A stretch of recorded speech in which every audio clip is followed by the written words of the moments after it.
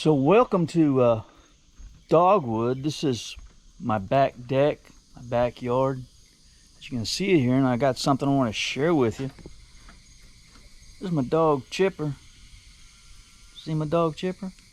Came out here the other day. It was in the middle of the day after a heavy thunderstorm, and I just kind of came out to survey the backyard and let the dog out. And I looked down here at the edge of the ferns, and there was a huge water moccasin laying right in the grass. My dog had already jumped off the deck and gotten down into the backyard. Now, of course, all of this is closed off, so the dog really can't go anywhere, not that he would. But I was left with the stress and anxiety of my dog being in the backyard and a 3-foot water moccasin at the edge of the canal. Now, I've lived here for 18 years, and I lived here the first 12 believing that there were no water moccasins here, simply because I never saw a single one in 12 years. The first water moccasin I saw here was dead in the road about 6 years ago. And my neighbor killed one in his front yard. Of course, I was like everybody else. Was it a brown water snake? Was it a banded water snake? Are you mistaken? Well, I'm telling you, he wasn't mistaken. The dead one I found on the road was a sure enough water moccasin. And the one that was here was a sure enough water moccasin. So we're going to talk about deer hunting in snake country tonight. All right, I have a intimate knowledge of water moccasins, rattlesnakes, pygmy rattlesnakes, coral snakes, timber rattlesnakes. Am I missing one? They say there are copperheads here. Never seen one. Let's go inside. Let's talk about it. The dog is safe. The snake is gone. And I'm thankful. Let's do this.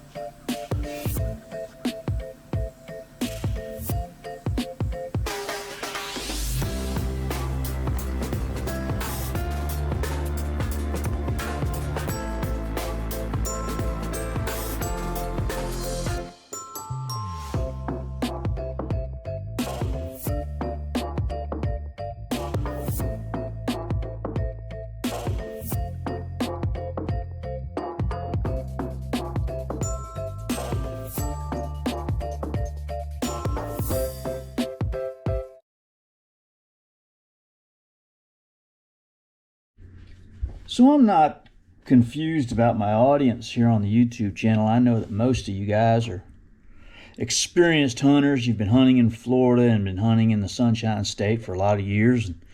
Deer hunting and hog hunting in some of the gnarliest swamps that exist on the planet. And yeah, I'm right there with you. I like going there, but I got a lot of newcomers that discover our channel. I say newcomers, they're new to the state and they want to go outside and go hunting, and I really want to help these guys, and they're gonna go anyway, right? So why not help them and show them our way of hunting, so maybe they won't bother your hunt and maybe they won't bother mine. And that's really the whole mission of Wild Treasures of an Outdoorsman, for all of us to work together to make our hunting habitat a better place to be, and for all of us to be successful.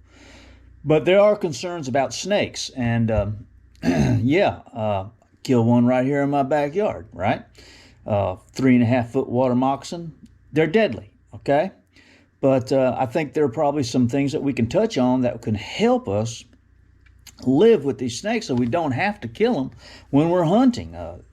Whenever I've seen a rattlesnake or a water moccasin in the swamp or in the flatwoods, it's always been a thrill. I've never once encountered one that I didn't remember, and took pictures of, and just enjoyed the experience of being around such a unpredictable environment and unpredictable event.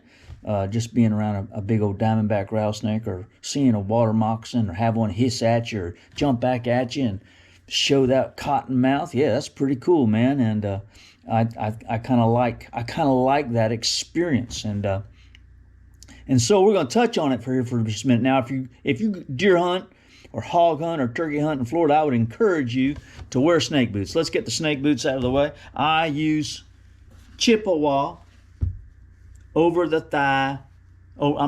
calf snake boots. They are advertised as snake boots, and I couldn't imagine a snake being able to bite through that. That's what I use. A lot of guys like to hunt in rubber boots. I like rubber boots. These are Browning rubber boots. They're insulated, and they feel pretty tough. I would be confident that a snake could not bite, although these are not advertised as snake boots. I think they're probably snake proof, and I would have no problem with walking through habitat. I could not see the bottom of where I was stepping in these boots. So always wear your snake boots. But let's talk about water moccasins. What can we do to lessen the chances of being bitten? Okay. One thing that comes to mind when I think about water moccasins is their reputation for being aggressive. I can tell you that I've never experienced water moccasins being aggressive with it. They would actually come at you and try and bite you. I've heard stories of several water moccasins coming at people and trying to bite them. I've never experienced that. I wouldn't say that it doesn't happen. I would just simply say that in all the years that I've been in the woods, I feel that some of it falls into the category of paranoia. I don't want you to be paranoid about snakes, okay? I personally feel like the southeastern diamondback rattlesnake, the ones that we see when we see big diamondback rattlesnakes here in Florida, I think they're in trouble. I haven't seen one in such a long time. I think they might be ready to go on the endangered species list. I think they're threatened. It's just my opinion. I don't see as many as I used to when I was in my youth. I'm not saying they're not out there. I'm just saying that I've hunted here for the past 10 years, and the last one I saw was 10 years ago, and I have not seen one since. And I log hours and hours and days and weeks hunting in the flatwoods and swamps of Florida, and I've not seen a southeastern diamondback rattlesnake. And I know they're out there, but I'm just saying that I haven't seen one. And it's been a long time since I've seen one. And I think they're on the down decline. I think people shoot them without thinking about it. I think people kill them, and they don't take into consideration. They look menacing, okay, and they sound dangerous. But I have learned that a diamondback rattlesnake really wants nothing to do with you, would really like to be left to go on his way, to go find that rabbit or that rat that he's after, and have nothing to do with humans. I feel the same way about the water moccasin. But if you do reach for something that's on the ground and there's a water moccasin there that you did not see and you are bitten, well then that's a problem. So some of the things that we can do to keep from being bitten is, number one, be aware of your surroundings and the habitat. Now, they can inhabit any habitat. There doesn't have to be a swamp for a water moccasin to be in it. It can be in the flatwoods. The water moccasins don't need water. They can live on the ground, but they just prefer wet areas. And diamondbacks, again, the diamondbacks can be found in water just like a water moccasin can be. But there's a sense of paranoia that keeps people from enjoying and hunting in Florida. And the paranoia of water moccasins and rattlesnakes and coral snakes and pygmy rattlesnakes and timber rattlesnakes, and what's the other one with the copperhead, one I've never seen. But yeah, I don't give the snakes any real thought. I just go hunting. I wear my boots, and I follow a few simple rules. What are those rules? I stay aware, as we all should. I stay aware of my surroundings. I was in the Half Moon Wildlife Management Area on a bow hunt, and I was like someone's guest. They had invited me to go on a hunt, and I sat in my tree stand for about 4 hours, and I seen a little spiked deer, but then I saw the habitat went around, and I kind of got curious. I wanted to go over there and see what was up, so I finally climbed down. I went down just to expand my knowledge of the area, and I found a place to sit, and I sat down, and I thought to myself, wow, this would be a good spot to see a water moccasin. And 5 minutes didn't pass by that a water moccasin, a very large water moccasin, came slithering on by about 4 or 5 feet in front of me. And yeah, it was an eye-opener, because what if that snake had come up behind me? I was leaning on my back to a tree, and of course we do that during turkey season. During turkey season, we're sitting with our back to a tree, and in wet environments, sometimes calling to a turkey, we're not paying attention. And I saw 2 water moccasins on one hunt in the Rich Sloan Wildlife Management Area, and I don't kill snakes when I'm hunting. It's not on my radar to kill the snakes. I personally don't feel like we're going to get rid of them. I don't think we need to get rid of them, so I just don't kill them. I'm there to kill a turkey. I let the snakes go.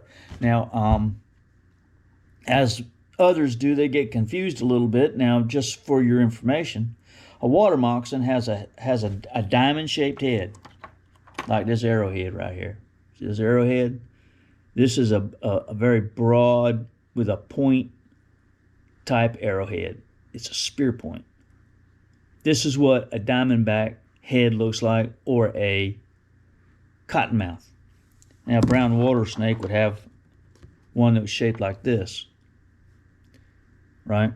Another way you can tell a cottonmouth is he got a band across his eyes. And of course, he's a pit viper. He's got little orifices in the end of his nose, senses heat, and that's the way they find their prey, with that pit in their nose. And so it's the bands in the eyes, it's the band across the eye, and they have slitted eyes as well. They don't have round pupils. They've got long, slender pupils. Okay, diamondbacks, and both, which make them look real menacing, right? So yeah, if you're hunting in Florida and you're worried about the snakes, don't fall into the trap of paranoia.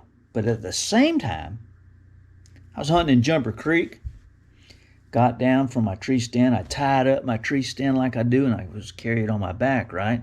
And again, I just kind of get a little curious. I want to see what's over there. I put the tree stand down, and it was all tied up, ready to go, and I did a little walk. I wasn't gone 10 minutes.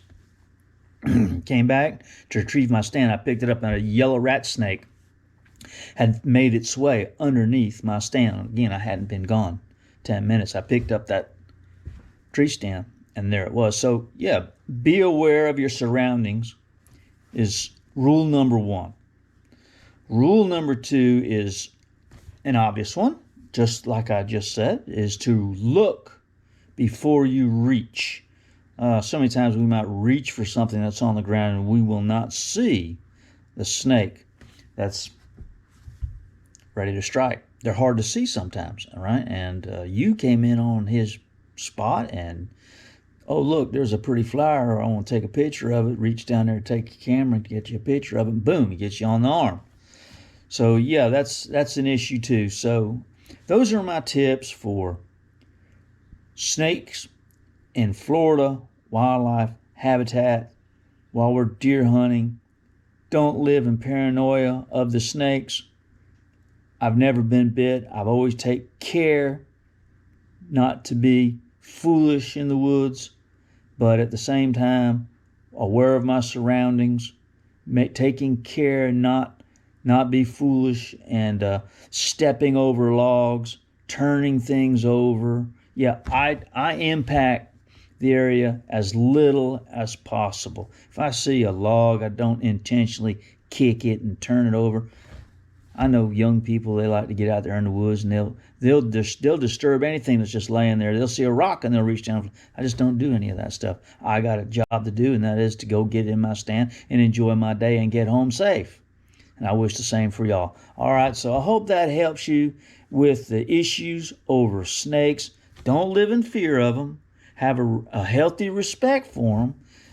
Know where you are and the habitat that you're in, and have a mental view of the place, and reach before you look. And I think you, and wear your snake boots. I think you'll always be okay. All right, love you guys. See ya. Bye.